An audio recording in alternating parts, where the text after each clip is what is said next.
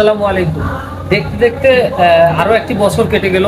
25 পার করে এখন আমরা 26-এ পা দিচ্ছি।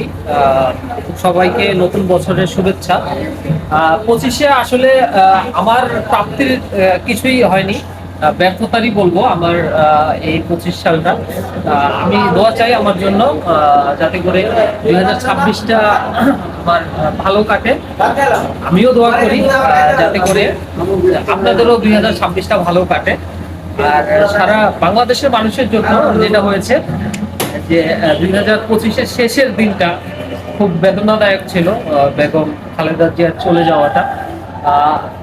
2025-এর ডিসেম্বরটা আসলে পুরো ডিসেম্বরটাই মানে ভালো ছিল না বলা যায়, শোকের ছিল।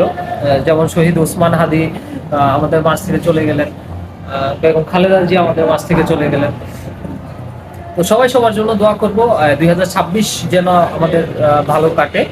আর 2026-এ স্পেশালি আমি দোয়া থাকবে যে ফেব্রুয়ারিতে যে জাতীয় সংসদ নির্বাচন হবে, এই নির্বাচনটা যেন সহি সালামতে এই সরকার করে যেতে পারে এবং আমরা যেন আমাদের পছন্দের যোগ্য প্রার্থীকে ভোট দিয়ে সংসদে নিয়ে যেতে পারি।